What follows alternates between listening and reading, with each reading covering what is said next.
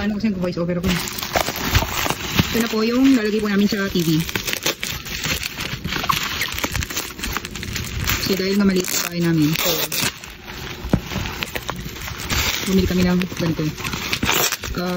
Mas pricey siya kumpara dun sa, yan, ang nilagay namin dyan. 300 something lang yan dyan eh. Kasi mas maliit kasi itong TV na to.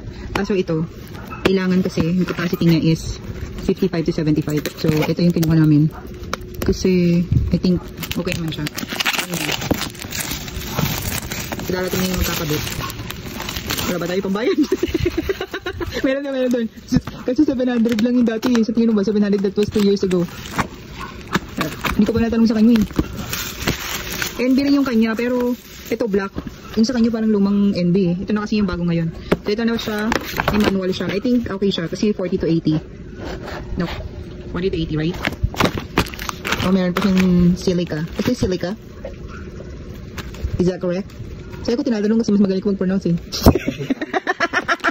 So, ang ganda niya kasi tingnan nyo, talagang organized siya. Organized here.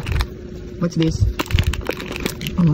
Mabigat siya compare dyan sa mumurahin na yan. Pero okay lang din naman. Hindi na, gagalit na. Hindi ko na raw buksan. So I think hintayin na lang namin yung magkakabit and later on, let's try. Yun lang.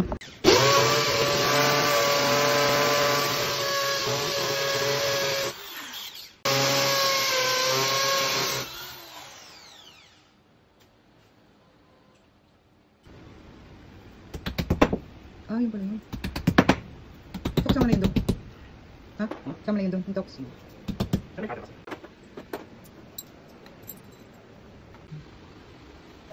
Okay na siya. Pwede na kasing pantay sa level. Tapos pag tinayang yung TV, hindi pantay. Ah, may ganun. Hanggang dalawa ko na, dinadaya ko na lang din. Pero dito naman, pantay naman siya. Sana. Kasi yung box hindi pantay nila.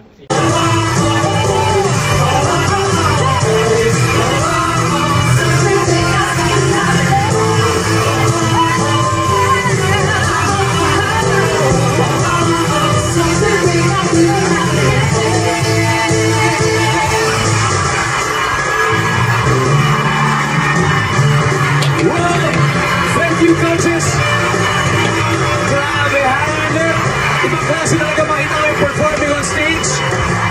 Woo! Thank you also, Sir Mark Lopez and the band. Ang dumi. Kakakabit lang niya.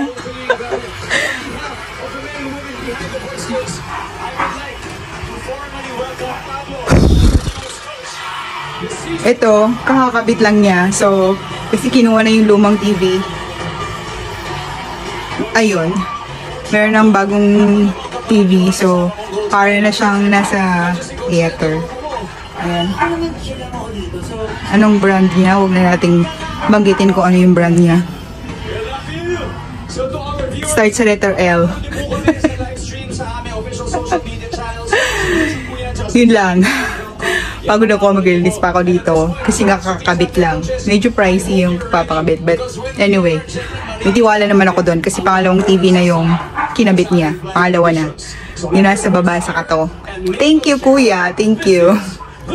So, ulitin.